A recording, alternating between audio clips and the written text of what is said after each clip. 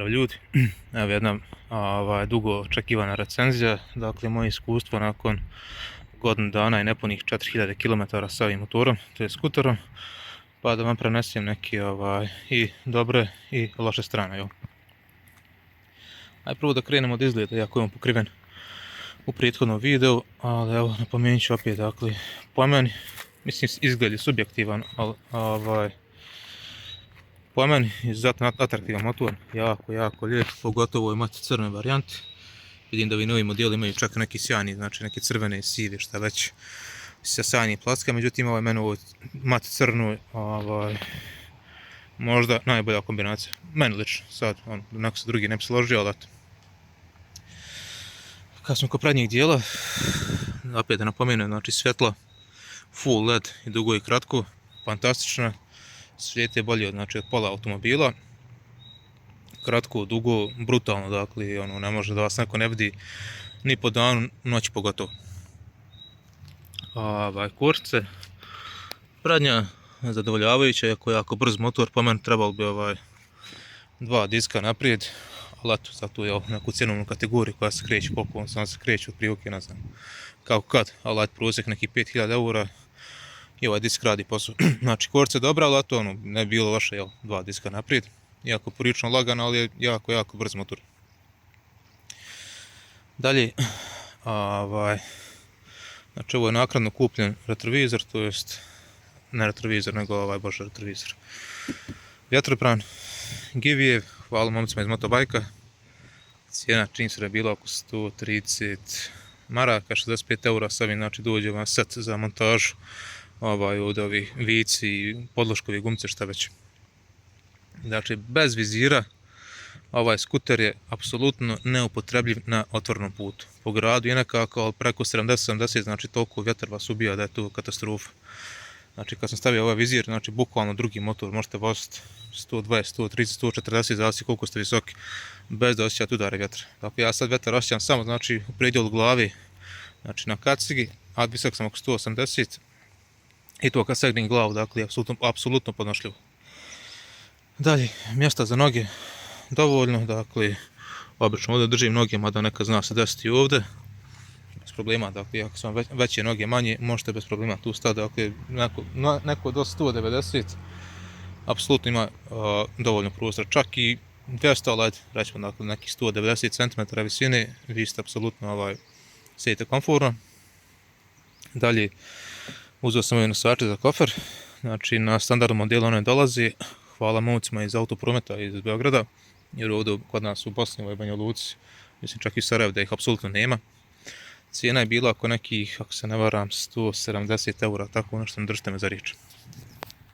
Ploču sam uzeo sa AliExpressa, ona je bila neka, tako, 50-60 eura, ne sjećam se, znači uzeo sam prije godinu dana, tako da se ne mogu sjeti tačno. Znači ovo vam je potrebno ako ćete da montirate prtljažnik pozadi, to je kofer, morate komplet promijeniti znači ovu stranu jer kod njega fabrički ne dolazi nosač za kofer. Dalje kad smo već ovdje, auspuh, zvuk brutalan. Dakle, apsolutno, vidio sam ima neki aftermarket auspuha, ali po meni je zvuk idealan. Baš se dobro čuje za jedan klip. Zvuk je fantastičan, znači nećete biti neprimijećen saobraćaj, svi se okreću, jako lijepo se čuje, po meni se to baš ubao i dizajn, a auspuha mi se baš sviđa. Zadnji kraj također full LED svjetla, svjetlo za tablicu također full LED, što na primjer kod nekih premium brendova nije slučaj.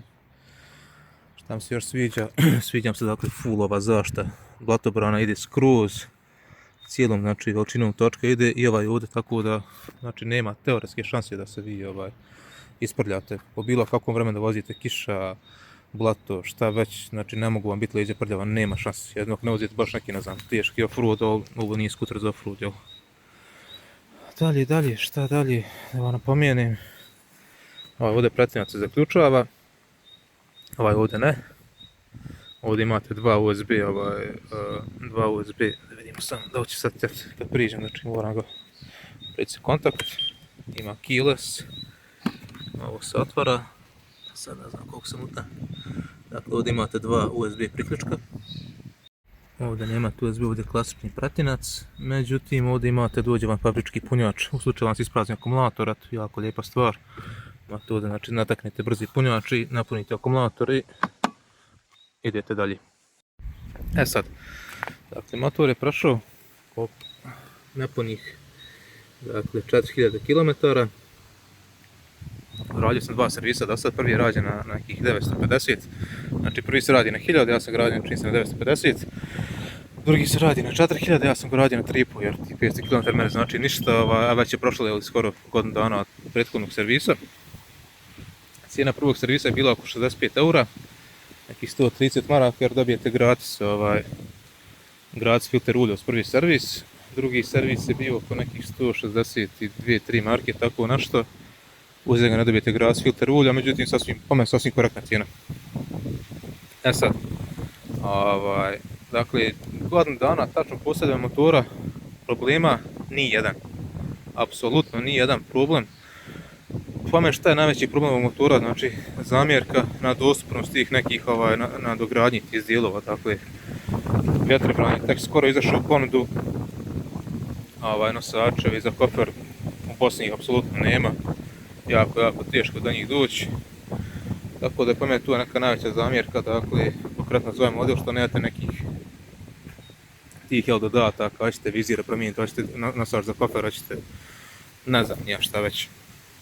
Vjerojatno će ih biti u budućnosti, pošto prilično mladi model, takih godinu dana na tržištu, a vidim izbacili su ovaj osvježeni model, izaći tek 27. Stvar već izašao, mada ovdje kod nas još nije u prodaju. Bar koliko ja vidio sam da nije u prodaju.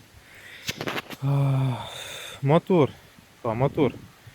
izuzetno brz, baš brz, dakle maksimalna brzina oko nekih 160, ja imam preko 100 kg, tako da neko lakši, znači vrlo lako prelazi 160 na sat.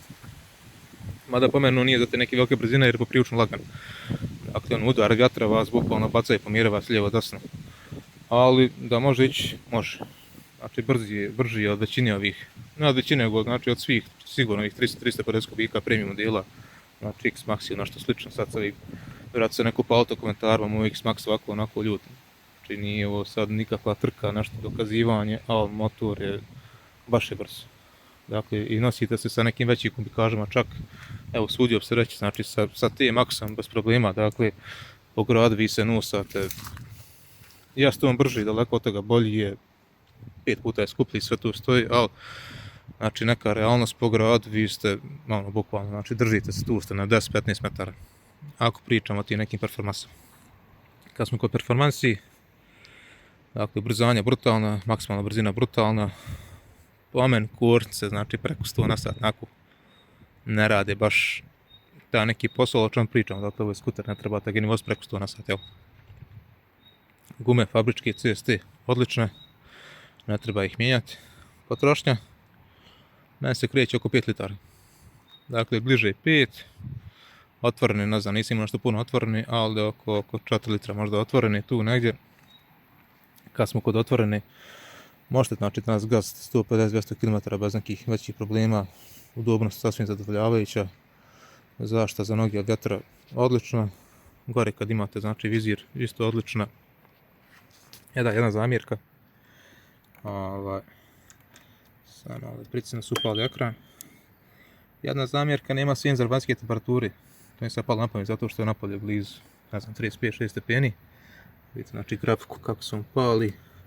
Ove skinove, znači imate više nekih tema, možete ih mijenjati.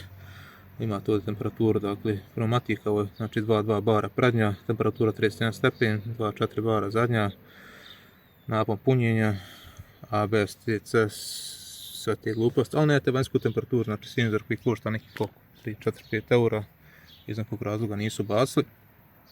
Nisu ga bacili čak i na 703F, koji ja planiram uzimati sad u skorijoj budućnosti, zato i prodajem ovaj. Pa ako ima neko zainteresovan, nek se javi inbox ili u komentar.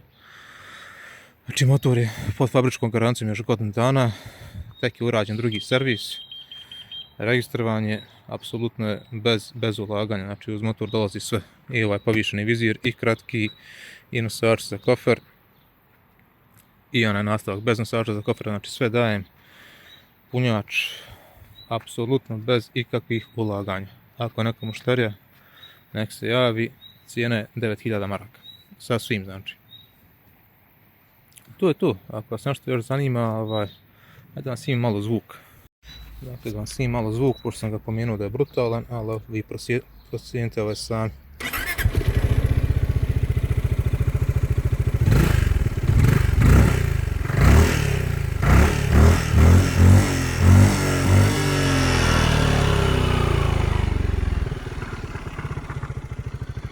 To je to, drugare, ako onako ima čisti motor, onaka ista je, vidite se to, kad smo kod svjetala već, brutalna. Ako imate nekih pitanja, slobodno ostavite u komentarima, pišite. Po meni, dakle, za te pare, apsolutno best buy što se skutera tiče. Dovoljno dobar za grad, sitan, može se provlačiti kroz gužu, a izuzetno brz, dakle ima snage zatvorenog puta i više nego dovoljno. Te neke brzine 110-120 možete držati bez nekih većih problema. Nije bez većih, bez apsolutno nikakvih problema drži, znači brzine 110-120, vibracija nema. Ja sam kažem prezdovoljan da ga prodam super, ali ga ne prodam opet super, znači uzet ću taj 703F kad tad, tako da nije mi sad neka žurba, bože moj, ima vremena. To je to, ništa, čujemo se, vidimo nekom sljedećem klipu, pa pozdrav!